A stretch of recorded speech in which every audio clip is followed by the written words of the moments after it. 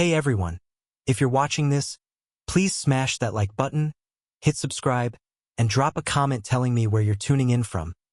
I'm dying to know how far this tale of betrayal and redemption has traveled. Picture this. A crisp Napa Valley morning, the sun casting golden rays over endless rows of grapevines at our family's pride and joy, Vintner's Haven. The air smells of earth and ripe fruit, and I'm out pruning vines, my hands stained with the season's harvest. This morning started like any other, until it didn't. My eldest daughter, Elena, a brilliant winemaker with her father's fire, had left at dawn for a wine expo in San Francisco. Her daughter, my granddaughter Sophie, a 9-year-old with a sketchbook always tucked under her arm, was off at art camp, drawing vines and dreaming big. My son-in-law, Marco, called from the guest house, his voice casual but warm. "Ma, I'm hopping in the shower real quick." I was knee-deep in Cabernet Sauvignon vines, the clippers steady in my hands, when my phone buzzed in my apron pocket. It was my younger daughter, Lila, a commercial pilot who's always chasing horizons. "Mom, just checking in from a layover in Miami," she said, her voice a burst of sunlight, like the Napa Hills in bloom. We laughed about her latest transatlantic flight, her stories of turbulent skies and chatty passengers filling me with pride.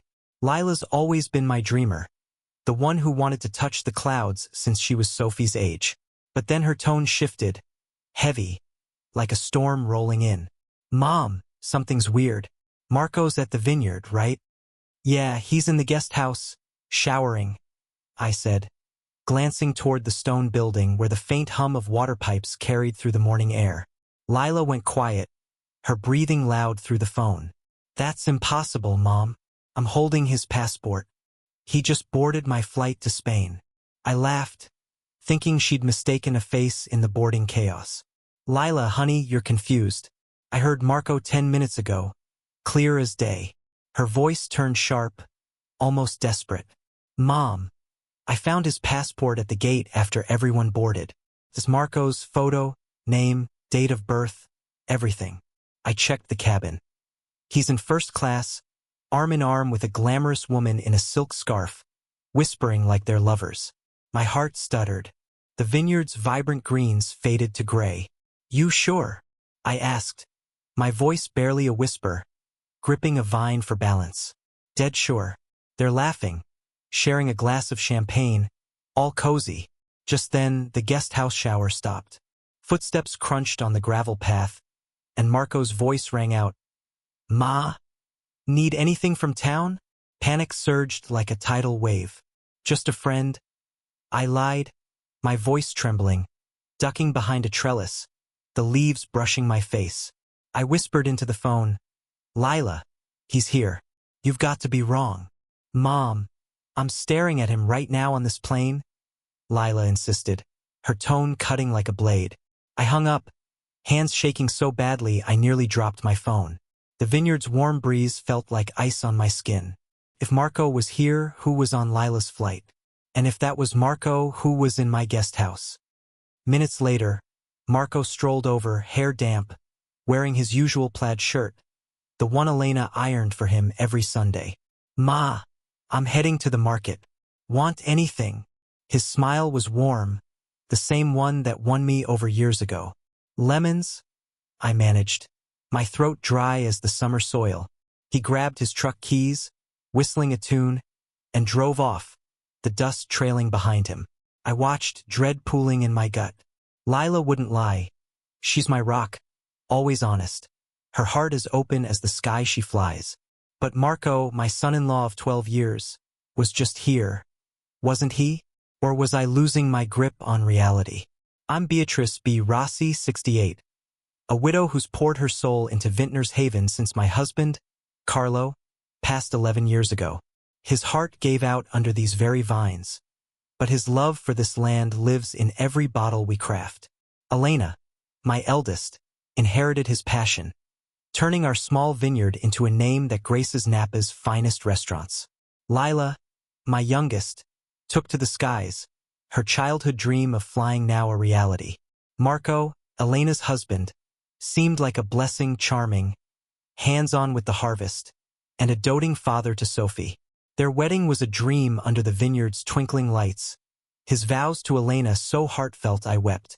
I thought I'd won the family lottery with him. But Lila's call cracked that picture-perfect image. I sank onto a wooden bench by the tasting room, staring at the framed photos lining the wall. Elena and Marco's wedding, their hands entwined over a barrel of our first vintage. Sophie's first grape stomp, her tiny feet purple with juice. Lila in her pilot's uniform, grinning ear to ear. Doubt crept into every memory, like rot in a vine. Marco returned, a grocery bag swinging in his hand. "Got your lemons, Ma?" His grin was easy, but I noticed he held the bag with his left hand. Odd, he's right-handed.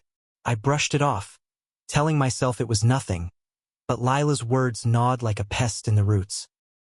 Days passed, and small things stood out, sharp as thorns. Marco was warm one morning, joking with Sophie about her vine sketches, his laughter filling the tasting room. The next, he snapped when I misplaced a pruning shear. "B, get it together," he growled, his eyes cold. I'd chalked it up to stress. Elena mentioned his late nights at the winery's sales office, pitching to new clients.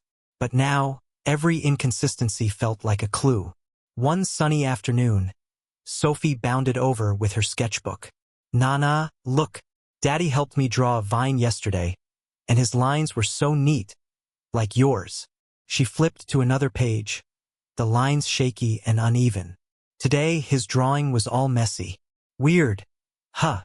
My stomach dropped. "He was probably rushed, Kara," I said, ruffling her hair. But her words echoed Lila's, ringing like an alarm. Sophie frowned, her big brown eyes searching mine. "Some days Daddy's so fun, but others he barely looks at me. Like I'm invisible." Her words cut deep. I hugged her, hiding my unease, but my mind raced. Later, my neighbor, Mrs. Vega, stopped by with a bottle of our Pinot Noir Marco had gifted her. "B, he's such a gentleman, but yesterday he handed me this with his left hand. Isn't he a righty?" I forced a smile, my heart pounding. Maybe he's trying something new. But the thorn of suspicion dug deeper. At the tasting room, a regular, Mr. Perez, leaned over the counter, swirling a glass of Merlot. Saw Marco at the market, all charm, buying fresh basil. But this morning, he was grumpy, didn't even nod when I waved. Each comment stacked like stones, heavy and unyielding. Marco's moods, his sketches, his hands. They shifted like the shadows cast by the vineyard's oaks at dusk. I started a notebook, hidden in my apron pocket. Asterisk 9 a.m., Marco leaves for market. Right hand, cheerful. 1 p.m., returns, left hand, curt. 3 p.m., helps Sophie, warm. Next day, ignores her, cold. Each comment stacked like stones, heavy and unyielding. Marco's moods, his sketches, his hands. They shifted like the shadows cast by the vineyard's oaks at dusk. I started a notebook, hidden in my apron pocket. Asterisk 9 a.m., Marco leaves for market. Right hand, cheerful. 1 p.m., returns, left hand, curt. 3 p.m., helps Sophie, warm. Next day, ignores her, cold. Asterisk. One Saturday, Elena was at a wine auction in Sonoma, and Sophie was at art camp, painting landscapes. Marco appeared in a green jacket, keys jangling. "Ma, off to the store," he said, his smile tight. I nodded, but Lila's voice screamed in my head. I grabbed my shawl, the one Carlo gave me on our 20th anniversary, and followed him, keeping my distance. My heart pounded as I trailed his truck, the vineyard's familiar rows giving way to Napa's older streets. He didn't head to the market but turned into a gritty alley behind the winery district, where abandoned barrels and rusted signs lined the way. I parked a block away, my hands sweaty on the wheel, and followed on foot, hiding behind a stack of weathered oak barrels. Marco knocked on a faded red door, glanced around, and slipped inside. I froze, sweat beading despite the cool air. Who was he meeting? Why here in this forgotten corner of town? I wanted to storm in, demand answers, but my legs felt rooted like the vines. Defeated, I turned back, the alley's shadows clinging to me. When I reached the vineyard, Marco was already there, in a blue sweater, polishing wine glasses in the tasting room. "Where'd you go, Ma?" he asked, his eyes sharp, like a hawk spotting prey. "Just a walk." I lied, my heart thumping so loud I swore he could hear it. How was he back? Changed so fast. The vineyard's beauty, its rolling hills, its orderly rows, felt like a lie, hiding something dark. That night, Sophie climbed into my lap, her eyes teary. "Nana, Daddy yelled about my paintbrush today. Yesterday he painted with me, showed me how to shade leaves. He was so happy." Her voice broke, and so did my heart. I want yesterday's Daddy back. I held her close, stroking her hair, but inside, I was unraveling. I couldn't sleep, images flashing like a storm. Marco in the alley, Marco in the tasting room, Lila's voice. "He's on my flight." In my notebook, I scrawled, my hand trembling. Is it even Marco? The next morning, I returned to the alley, clutching a photo of Marco, Elena, and Sophie, taken at last year's harvest festival. The weight of it felt like an anchor, grounding me as I faced the unknown. I knocked on the red door, my pulse hammering like a drum. A man opened it. Marco's face, but his eyes wide with fear, his hands fidgeting. "Elena's mom?" he stammered, stepping back. Before I could speak, a woman appeared, her face kind but weary. "Mrs. Rossi, I'm Clara, his roommate. Please come in. It's time for the truth." The apartment was small, its walls stained, the air heavy with damp wood and antiseptic. An elderly man coughed on a cot in the corner, his breathing labored. I sat on a creaky chair, gripping the photo, its edges worn from my touch. "Explain?" I demanded, my voice steady despite the storm inside. The man, visibly shaking, spoke. "I'm not Marco. I'm Matteo, his twin. Marco pays me to cover for him, market runs, vineyard chores, even time with Sophie. I'm broke, Ma. My foster dad's sick. Needs medicine I can't afford."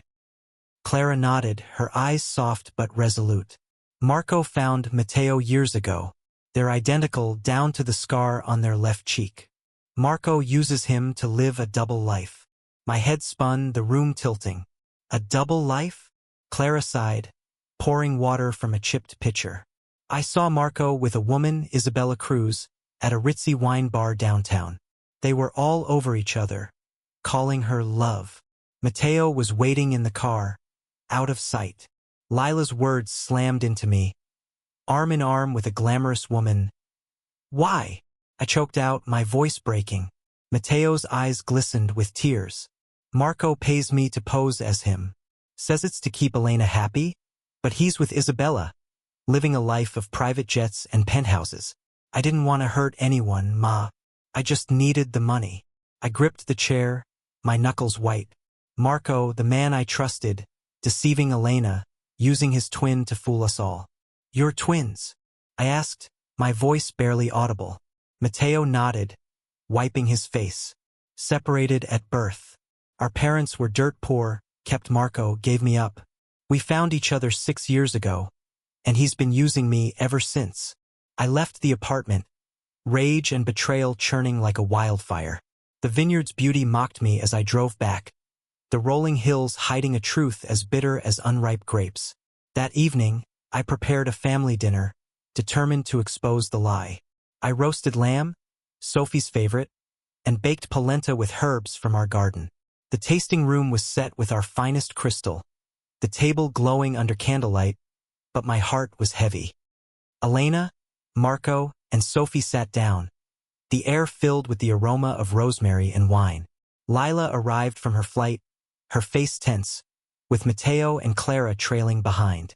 The room fell silent as Sophie's eyes darted between Marco and Matteo, her voice trembling. "Nana, why are there 2 daddies?" "Sit, Marco," I said, my voice like steel. I laid it all bare. Lila's call from Miami, the passport, Matteo's confession, the alley behind the winery district. "You used your twin to deceive Elena, to live a lie." Marco paled, his fork clattering to the plate. "It's nonsense, B," he stammered, but his eyes betrayed him. Lila slammed his passport on the table, the Spain stamp glaring under the candlelight. "You can't be here and on my flight to Spain," she said, her voice cold. Sophie sobbed, clutching her napkin. "Daddy, your kind some days mean others. I want my kind daddy back." Elena, trembling, stood, her eyes blazing. "Tell me the truth, Marco. Now." He broke, his voice raw. "Yes, Isabella. She's my escape from this suffocating vineyard life." "You're nothing to me, Elena." Elena slapped him, tears streaming down her face. "Get out. You're done here." Marco fled, the door slamming behind him. Sophie clung to me, her small body shaking.